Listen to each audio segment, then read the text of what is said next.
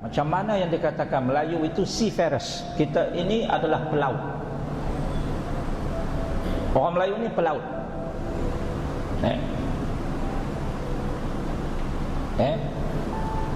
Kita ini suka mengembara. Hidup orang Melayu itu di darat dan di laut. Jangan kata dua alam lah. Kan? Tapi memang kita menguasai lautan, kita menguasai daratan. Melayu itu pengembara lautan.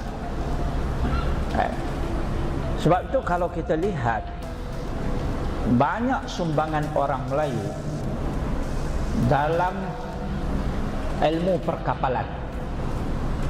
Orang Melayu bukan saja buat kapal. Orang Melayu belayar. Orang Melayu juga buat undang-undang laut. Antara undang-undang laut yang diterima pakai sampai hari ini adalah bertunjangkan kepada undang-undang laut yang dibuat oleh orang Melayu, iaitu orang Melayu Bugis.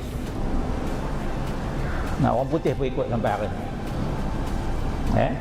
Kapal itu tak kira lah. Kapal paling besar pada waktu itu adalah kapal orang Melayu, disebut jong. Orang Melayu sendiri tak faham.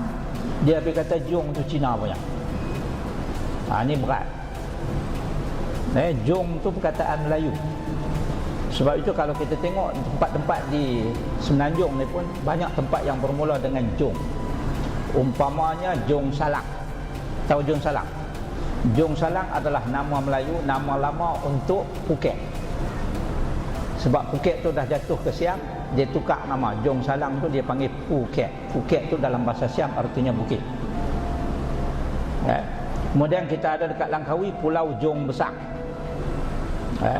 Kita ada Jong Inai, macam-macam jong lagi lah. Jadi jong tu kataan kita sebenarnya. Dan satu-satunya bangsa di dunia ni yang memanggil tempat tinggalnya sebagai tanah air adalah orang Melayu. Pasal apa tanah air? Sebab kita hidup di darat, kita hidup di air. Kita menguasai darat, kita menguasai laut. Jadi tempat kita ni kita kata tanah air. Kalau kita kata Malaysia, Malaysia itu tanah airku.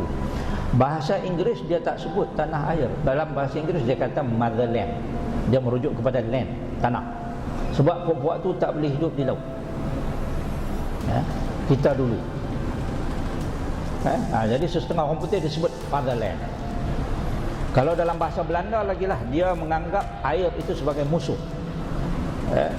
Sebab 2/3 daripada tanah Belanda itu di bawah air. Jadi dia takut. Orang kita tak takut. Sebab itu kita kata tanah air. Kalau Arab pun Arab disebut watan. Dan watan itu lebih merujuk kepada tanah.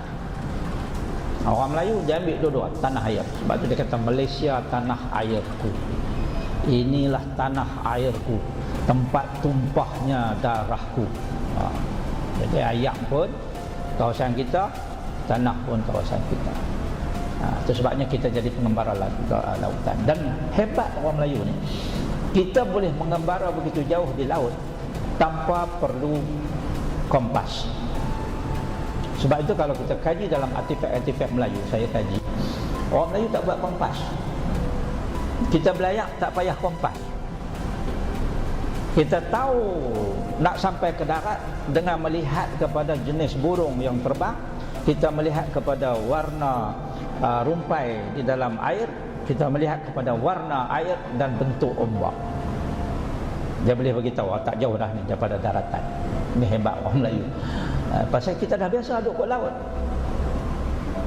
Sebab itu dalam Straits Times Singapore ditulis di situ, dia kata the first man to circumnavigate the world was a Malay.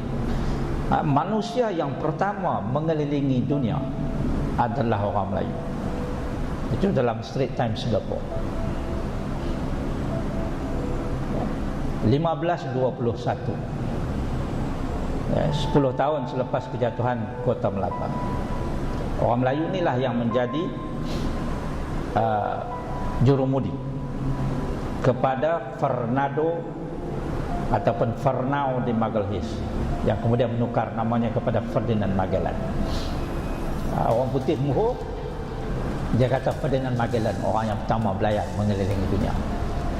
Itu adalah merupakan satu penipuan fakta, kerana Fernando de Magalhães ini, Ferdinand Magellan ini mati di Pulau Cebu. Pulau Cebu itu di Filipina.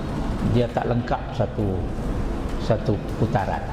Yang lengkap ialah orang Melaka. Mengikut catatan Antonio Pagafita, tukang tulis di atas kapal itu, dia kata orang Melayu ni asalnya dari Sumatera. Dan saya nak sebut di sini, zaman Melaka dulu, sebahagian daripada Sumatera itu adalah di bawah kerajaan Melayu Melaka. Jadi orang Melaka. Dan Melayu itu pengembara lautan. Ingat tuan-tuan, 460 tahun kita dijajah oleh kuasa barat. Dalam masa 460 tahun itu, bermula 1511 oleh Portugis, kemudian Belanda, kemudian Inggris, mereka mencuri dan menyembunyikan kebijaksanaan nenek moyang kita. Lepas tu dia bagi tahu kita ni malas, kita ni mundur. Padahal bukti-bukti kebijaksanaan nenek moyang kita tu dicuri buat balik tempat dia habis. Tuan-tuan tahu tak, di Leiden University di Belanda ada 18,000 manuskrip Melayu. Di Leiden University sahaja 18,000. Di tangan kolektor-kolektor dan juga universiti-universiti di Belanda ada 2,000 lebih lagi. Jadi di Belanda saja ada lebih kurang 20,000 manuskrip yang ditulis oleh moyang-moyang kita yang cerdik pandai. Baru dalam 17% yang dikaji isinya. Berlambak lagi tak dikaji. Ini yang saya duk suruh, yang mana yang cerdik pandai ni, pilah buat master PhD kaji. Sebab Belanda ni dia bagi, pasal dia pun tak erti baca. Kita pun tak erti baca, sebab dia tulis Jawi lama. Kadang-kadang tahu baca bunyi tahu, tapi makna tak tahu sebab bahasa Melayu lama. Itu yang kita nak kena selidiki, apa rahsia yang ditinggalkan oleh moyang kita. Dia curi buat balik tempat dia habis. Lepas tu dia beritahu kita ni bodoh, padahal dia curi.